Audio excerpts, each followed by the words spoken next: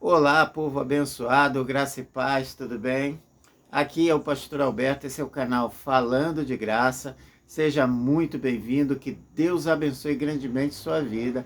Eu te convido a se inscrever no canal, se você não é inscrito, a curtir, compartilhar e comentar. Eu gosto muito quando vocês comentam, gosto de interagir com vocês e eu te convido a ficar até o final. Nós estamos meditando no Evangelho segundo escreveu João. Terminamos o capítulo 1, vamos entrar agora no capítulo 2 e no versículo 1 até o versículo 12, o Evangelho de João relata as bodas de Caná. O que era a boda de Caná? Eu não vou fazer a leitura, você pode pegar a sua Bíblia depois e fazer essa leitura, capítulo 2 de João, do versículo 1 ao 12, para compreender, contextualizar aquilo que nós estamos falando aqui. Então, trazendo aqui uma imagem sobre o que aconteceu, existiu um casamento e a mãe de Jesus foi convidada. E junto com ela foi Jesus e alguns dos seus discípulos que o seguiam. E essa festa não era uma festa que durava um dia, ela durava alguns dias. E em certo momento, dessa festa, o vinho acabou, começou a rolar aquele burburinho ali, e a notícia chega até a mãe de Jesus. Jesus procura, a mãe de Jesus, no caso, procura Jesus e comenta com ele: o vinho acabou.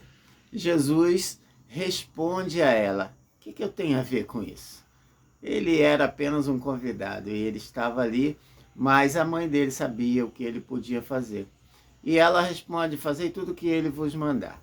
E a Bíblia relata que haviam ali talhos de pedra, pedras talhadas, e eram 6, e cada pedra dessa comportava de 80 a 120 litros de água. Essas talhas eram usadas para purificação, ou seja, as pessoas podiam usar aquela água ali para lavar a mão e os pés, porque eram viajantes, andavam pelo deserto.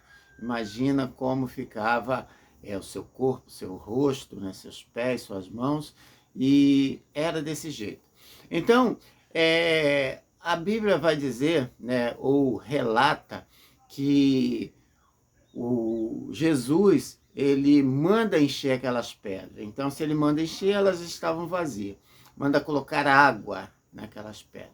Então, todas aquelas talhas são cheias de água e Jesus manda o servo pegar, encher um copo daquela água e levar até o mestre-sala.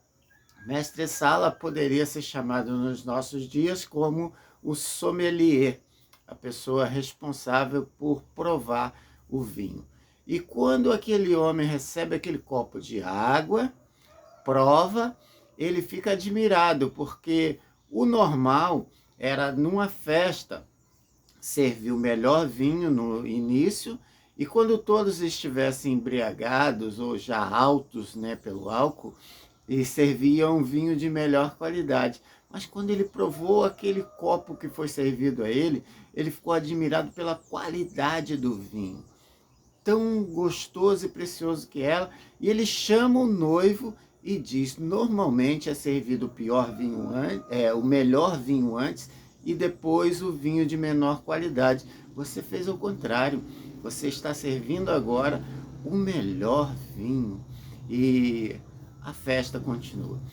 O que podemos aprender nessa lição? Uma, que ali era um casamento, era uma celebração, era um momento de alegria e que o vinho acabou. O vinho representava a alegria daquela festa, a diversão, e acabou naquele momento. Tudo na nossa vida pode acontecer de um dia acabar. Pode terminar, pode ter um prazo de validade. Algumas coisas que eram tão importantes para nós, pode ter um limite de tempo para acontecer. Mas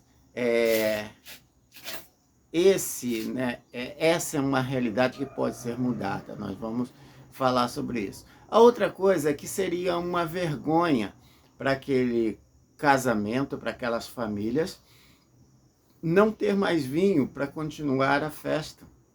Seria vergonhoso e indicaria uma maldição.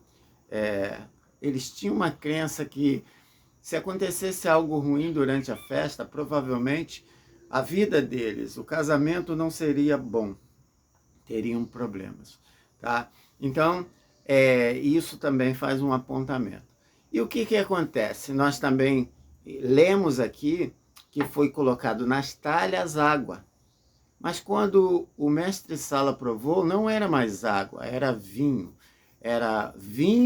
de excelente qualidade, o melhor vinho que podia ter. O que isso nos indica? Que mesmo que na nossa vida, em algum momento, a celebração se encerre, ela pode continuar de uma maneira melhor. Aquilo que trazia alegria para a sua vida, Deus pode te dar um motivo de alegria maior, algo que seja um motivador. Então tem pessoas que pensam, se eu aceitar Jesus, se eu for para a igreja, eu vou parar de fazer isso, eu vou parar de fazer aquilo, eu vou parar de beber, eu vou parar de ir para as festas, sem entender que Deus tem coisas muito melhores para ela. O vinho que o Senhor dá, ou seja, a alegria que o Senhor dá, ela é de uma qualidade muito maior do que a alegria que alguém possa ter numa balada, numa festa, numa bebedeira, numa droga, em qualquer coisa desse tipo. Então, Deus tem algo muito maior para mim e para você. É essa transformação que Ele quer fazer. Uma outra coisa que lemos aqui, que foi água que foi colocada nas talhas. A água simboliza a palavra de Deus. A água simboliza aquilo que vem do Senhor para nós. A palavra de Deus é pura, é a água da qual nós bebemos. Então, quando a água é colocada, é servida para nós, isso também é transformado em alegria. A nossa obediência à palavra de Deus, a nossa obediência àquilo que parece simples, parece sem gosto, sem sabor, que é a palavra de Deus, se transforma em alegrias, né, bem visíveis, bem palpáveis para nós. Então, se um casamento sem a palavra de Deus é um casamento xoxo, sem graça, coloca a palavra de Deus no teu casamento. Deixa Deus falar ao seu casamento. E você vai ver que seu casamento vai ser transformado, como diz o ditado, da água para o vinho. Coisas que hoje você considera que não tem graça nenhuma, coloque a palavra de Deus ali. Sua vida profissional, sua vida emocional, sua vida sentimental. Coloque a palavra de Deus como diretriz para essas áreas da sua vida. E você vai ver que, mesmo que essas palavras pareçam simples como a água, ela é o suficiente para saciar a sede e para se transformar numa alegria como você nunca teve. Basta você crer. O que esses homens ali naquela festa precisaram é simplesmente obedecer. Porque imagina só a loucura que é você ouvir alguém falar, coloca água nessas talhas, coloca água. E depois ele dizer, pega essa água e sirva ao mestre Sala. O que passaria na tua cabeça se você fosse um dos servos?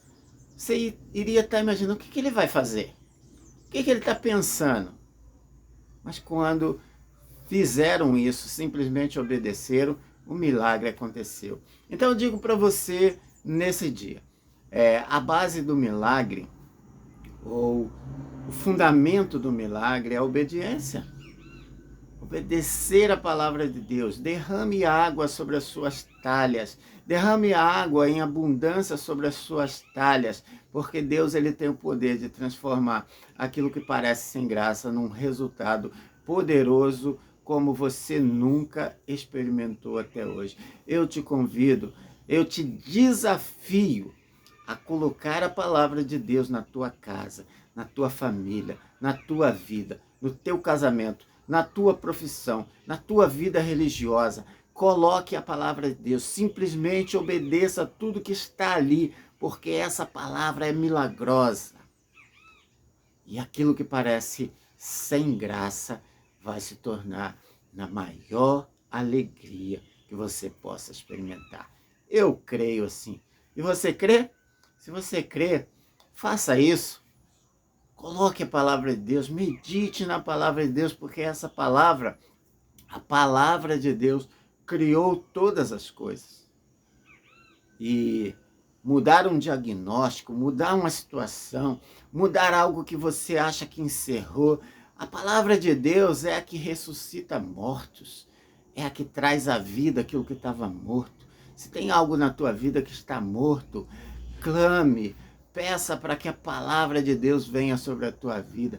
Derrame a água da palavra na tua vida. Eu desejo a você um dia abençoado. Medite nisso, guarde no teu coração, porque eu tenho certeza que Deus quer transformar a água da tua vida em vinho, em algo de alegria, algo que vai gerar alegria em abundância. Fica na paz e amanhã, se Deus permitir, nos vemos novamente.